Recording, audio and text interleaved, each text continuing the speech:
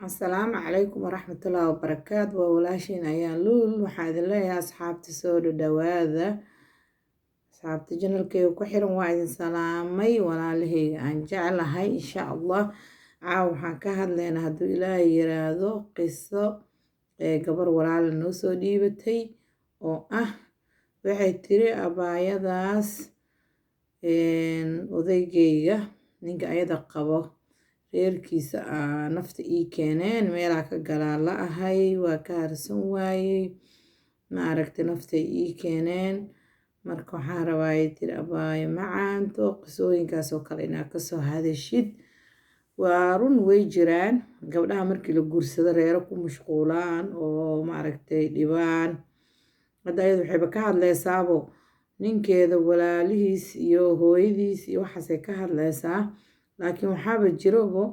kuwa kaasinis xataa oo dadka ku mashquulaa jiraan. waa runteed abaayadaas abaayo macaanto waa runtaa dad kaasinisaa jiro oo dadka ku mashquulo oo dadka noloshooda ka xun. ma aha intaa qof ku mashquulaysa ama qof noloshiisa aa ka xun tahay inaa maxaa la dhaatan inaa noloshaada fiirisid adiga hore u socotid. ha ku mashquulin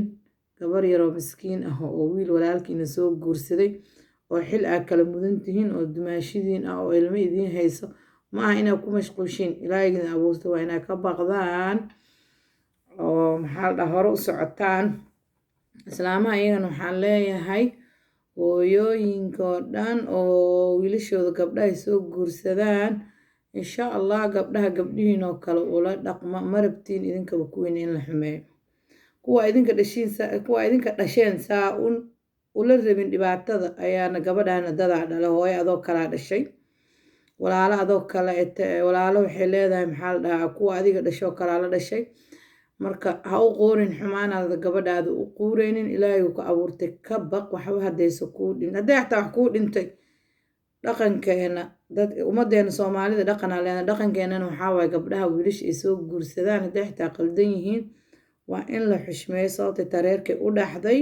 reer dhina idinkaga soo tegtay caruuray u dhashay waxay idinka mudan tahay xishmad inaa xishmaysaan. ma idinka mudna inaa xagxagataan aa jiijiidataan aa wax ka sheegtaan waa ceeb dhaqanka soomaalida. gabar lasoo guursaday in wax laga sheego oo reerka usoo dhaxday marka soomaaliya lagu arkay gabar lasoo guursado oo wax laga sheegaa oo lagu mashquulaayo oo la caynaayo soomaaliya lagu arkay alla idin abuurtay ka baqa. gabdhaha ay wiilasha soo guursadaan banaanka ka mara abraha sadohoyaa oo dadka nafta u keenay nafta dadka u keenin waqtigiina waa soo cunteen gabdhaha yaryar wiilashiina soo guursadeen ka xishooda oo gabdhaha guryaha reeraha idinka dhaqdaan oo hadduu guriga dumaya iskiisa u dumayo idinkeedin eersanin. aniga ilaahay ma i tusin hooyo ay dhashay hooyada i dhashay annaga ayna dhashay waxay naga jeceshaa gabdhahay sadahooda u tahay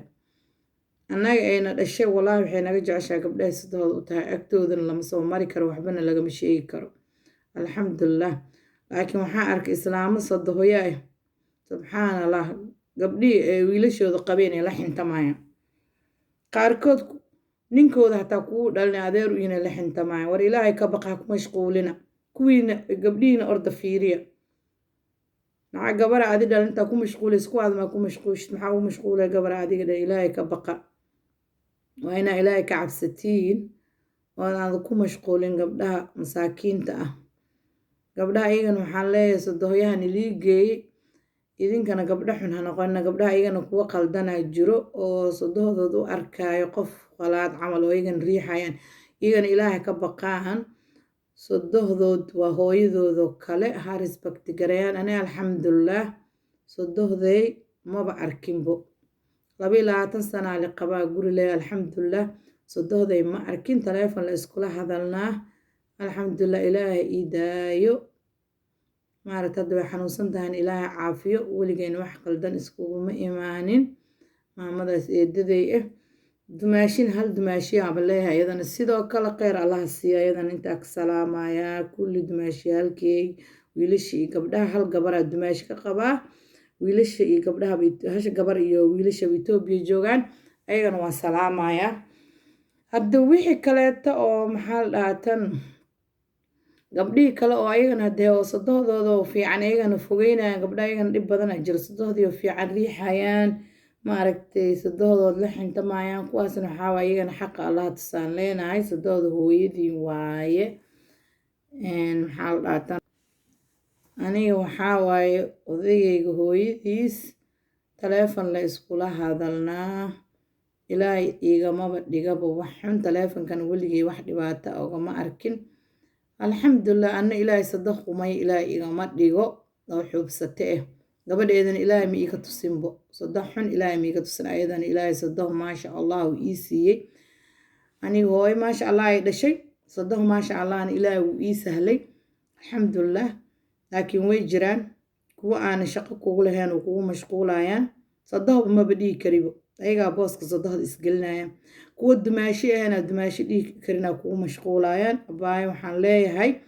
dulqaad samee way jiraan been kuma sheega annaga xitaa aragnay ummadda kuwa ku mashquulayaan oo imtixaan